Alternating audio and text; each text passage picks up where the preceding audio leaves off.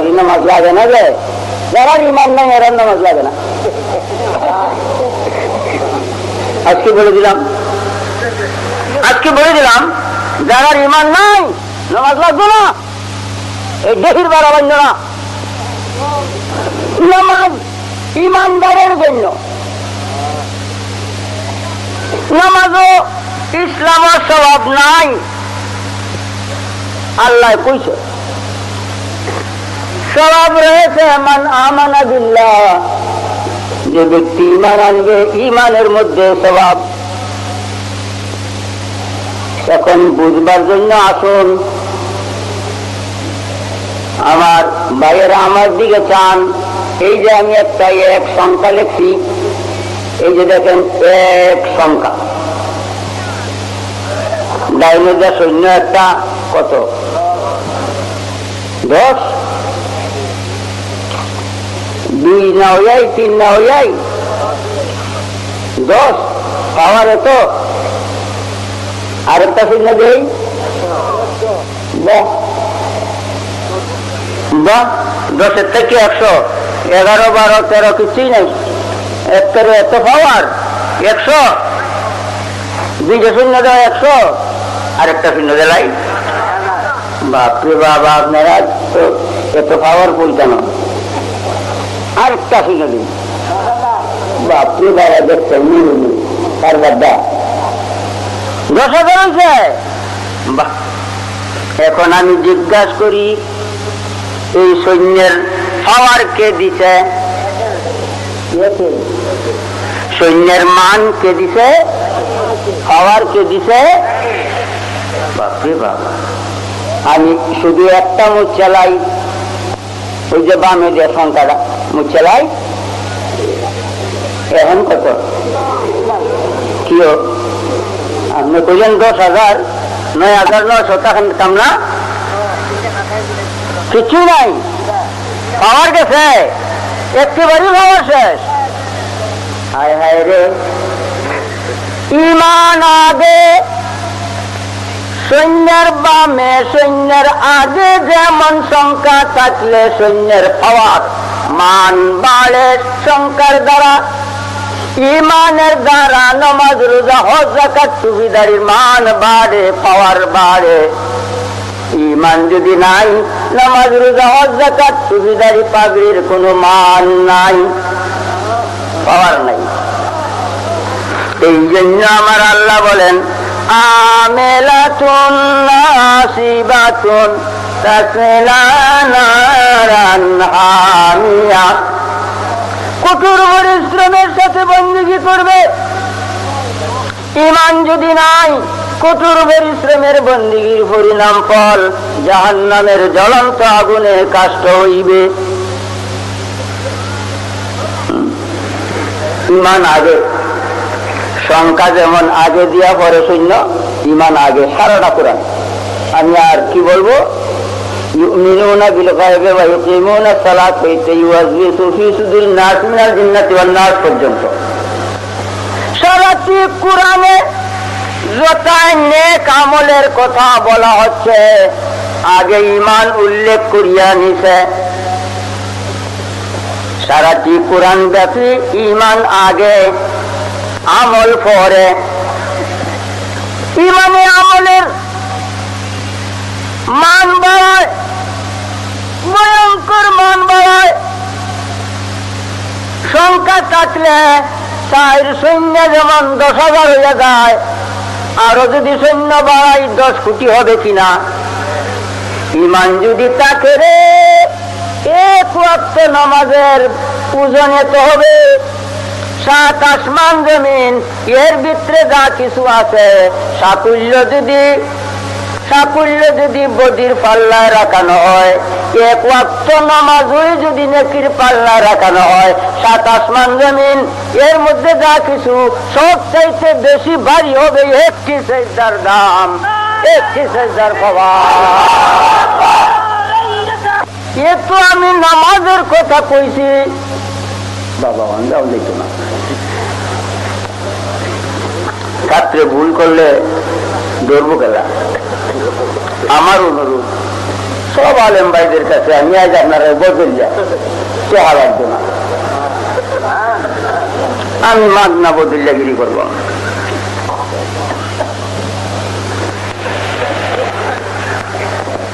ভাইরে আমার,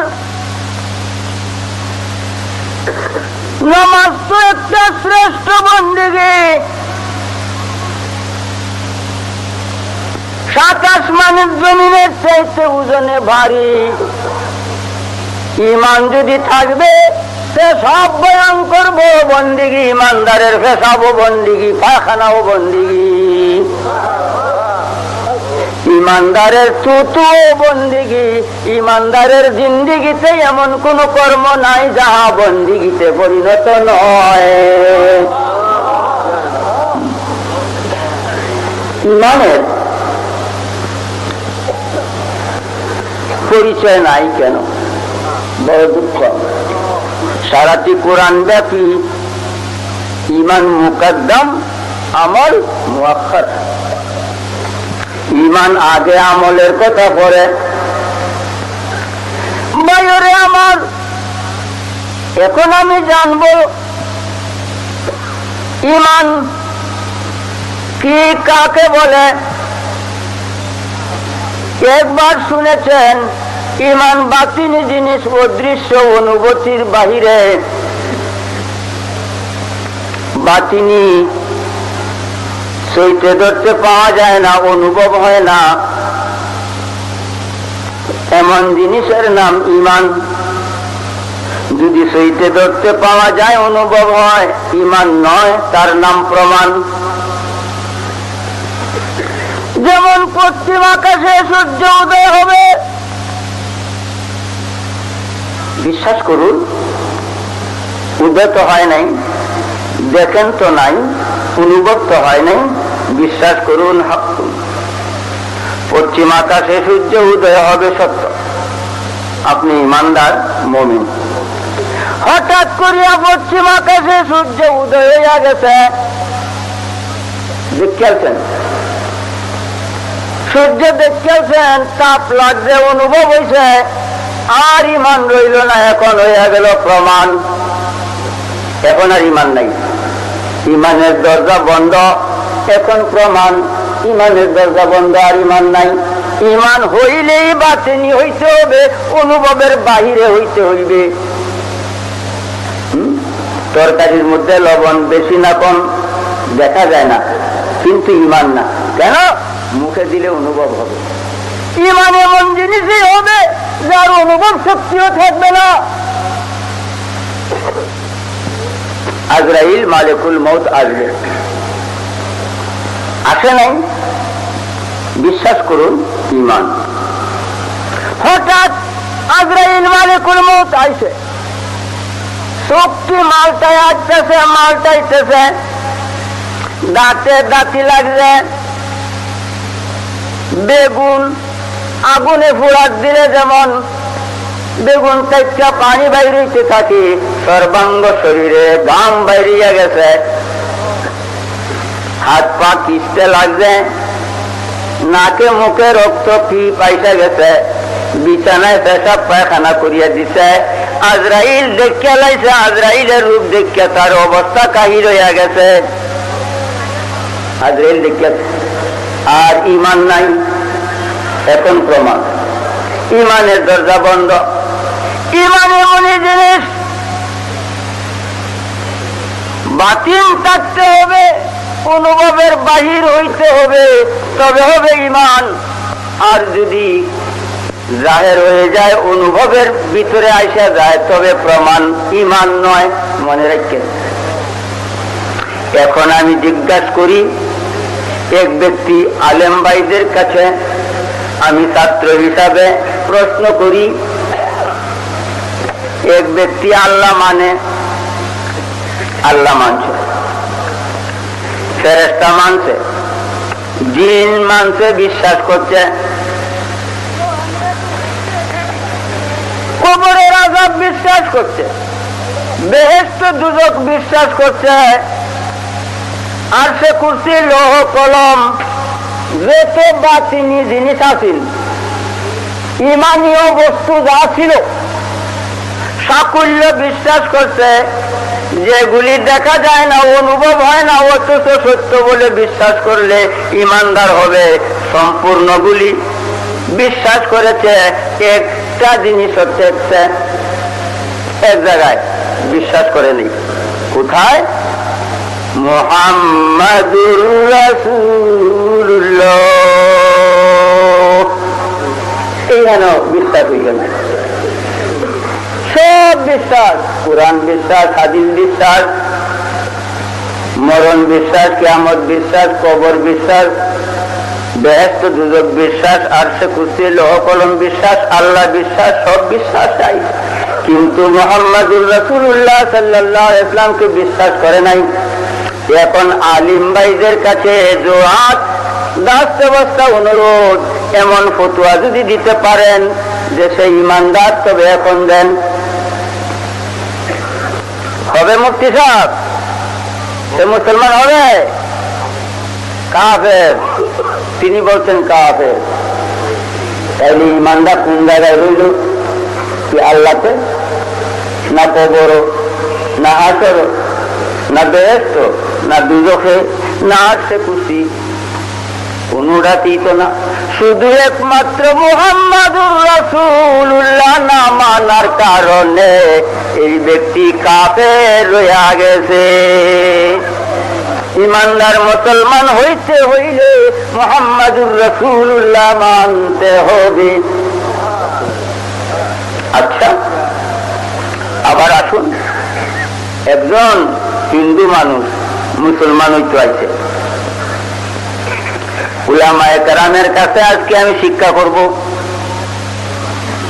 সারা বাংলাদেশে ভ্রমণ করি, যদি কোথাও কোনো হিন্দু মানুষ আইয়ে মুসলমান হইতো, কেমনে মুসলমান করব? আমার এই প্রচেষ্টা শিক্ষা দিয়ে দেন। আমি জিজ্ঞাসা করি, তারে আমি আগে পড়াইয়াম, এ বাবা দুই এখনো ছুড়ে লাও, মুসলমান হবে?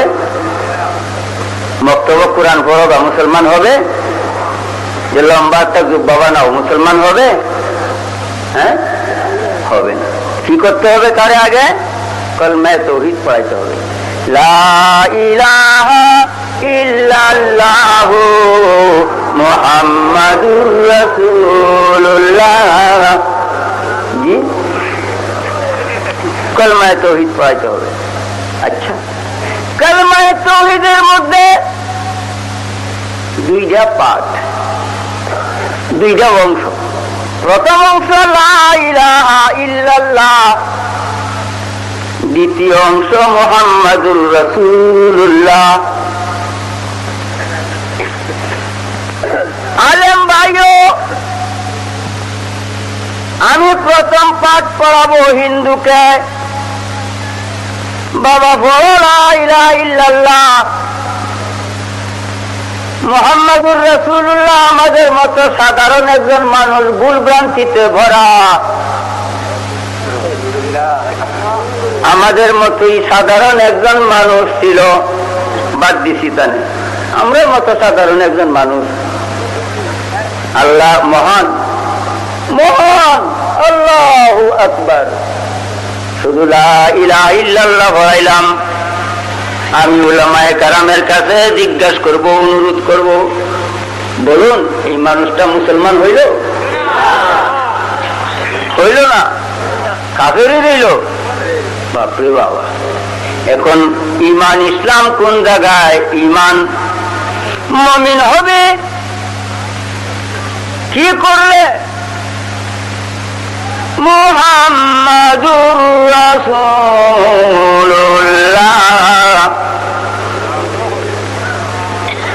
মুহাম্মাদুর রাসূলুল্লাহ ঈমান, তিনি ইসলাম। মুহাম্মাদুর রাসূলুল্লাহ স্বীকার করলেন, অন্তরের সহিত বিশ্বাস করলেন, তো হইলেন মুমিন, মুসলমান। এখন হাদিস শরীফে আছে, এই মানুষটা কলমা তাওহীদ পড়ছে, বেহেশতি হইয়া গেছে, মান ক্বালা লা ইলাহা ইল্লাল্লাহ ফাদাখালাল জান্নাহ। হাদিস। একবার লা ইলাহা ইল্লাল্লাহ কইছে তো বেহেশতি হইয়া গেছে। এখন অনেকের মধ্যে প্রশ্ন থাকতে পারে, রেজবিও হাদিস যে বললেন মান ক্বালা লা ইলাহা ইল্লাল্লাহ ফাদাখালাল জান্নাহ, মুহাম্মাদুর রাসূলুল্লাহ তো হাদিসও নাই।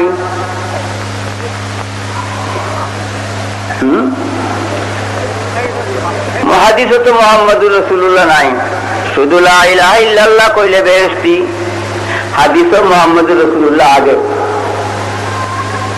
হাদিসের মধ্যে এবং কুরআনের মধ্যে, হাদিস কুরআন উভয়ের মধ্যে মুহাম্মাদুর রাসূলুল্লাহ আগে, লা ইলাহা ইল্লাল্লাহ পরে। আমি যদি এই বিষয়টি পর্দা তুলিয়া দেখাইতে যাই, এই রাত্রিটিতে আমার কথাটা সংকলন করা সম্ভব হবে না। তবে সংক্ষিপ্ত বলতে চাই, লার আগে যা কুল ইয়া মুহাম্মদ মাহজুফ আছে, লা নফি জিনসের আগে যা কুল ইয়া মুহাম্মদ মাহজুফ আছে। যদি মাহজুফ না থাকবে না মুহাম্মদ আগে, যদি না থাকবে লা ইলাহা ইল্লাল্লাহ, আল্লাহ কইলে আল্লাহগিরি নষ্ট হইয়া যাইবে, আর আল্লাহ থাকতো না, আর আল্লাহ থাকতে পারে না। লা ইলাহা ইল্লাল্লাহ আল্লাহ কইতে পারে না। আল্লাহ হইয়া যদি কয় লা ইলাহা ইল্লাল্লাহ, করতে হবে আল্লাহ ব্যতীত কোনো মাবুদ নাই। আল্লাহ বান্দা হইয়া আরেকজন আল্লাহ স্বীকৃতি দিচ্ছে, তখন তিনি বান্দায় পরিণত। আল্লাহ হইয়া লা ইলাহা ইল্লাল্লাহ কইতে পারে না। লা ইলাহা ইল্লাল্লাহ কইবার জন্য, আল্লাহ নিজকে পরিচয় দেওয়ার জন্য, আল্লাহ নিজকে প্রকাশ করার জন্য, আল্লাহ প্রেম ভালোবাসা খেলার জন্য সর্বপ্রথম বানাইছে মুহাম্মাদুর রাসূলুল্লাহ।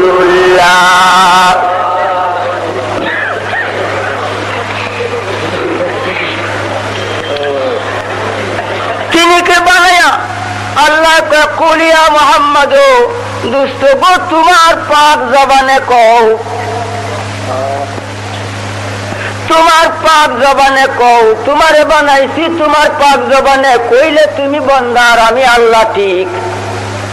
তোমারে না বানাই আমি যদি কই লা ইলাহা ইল্লাল্লাহ, তো আমার আল্লাহ গিরি গেল।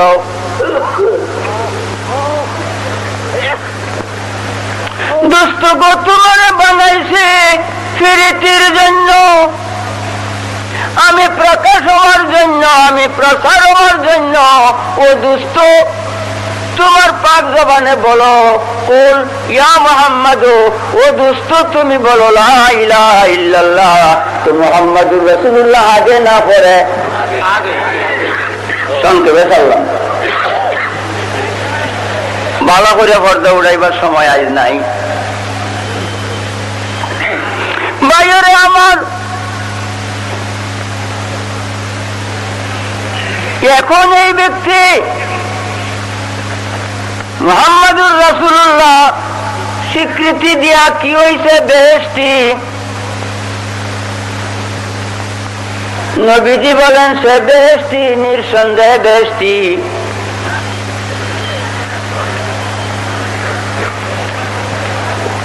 বেলা 8 গটিকায় মুসলমান হইছে, 9 গটিকায় মারা গেছে। আলেম ভাইদের কাছে আমার দাস্তে বস্তা অনুরোধ, শরীয়তের ফতোয়া অনুযায়ী বলুন এই মানুষটা বেহেশতি না দুজখী? নামাজ যে বললো না ভক্ত, এ ভক্ত যে নামাজ পড়লো না, বলে সময় পাইল না। আলেমগণ আমারে উত্তর দিবেন সময় তো পাইল না। হ্যাঁ সময় পাইল না তো নামাজ পড়লে যে, নামাজ না পড়লে যে বেহেশতে যাইতে পারতো না, এই কথা কি আল্লাহ জানা নাই? নামাজ না পড়লে যে লোকটা বেহেশত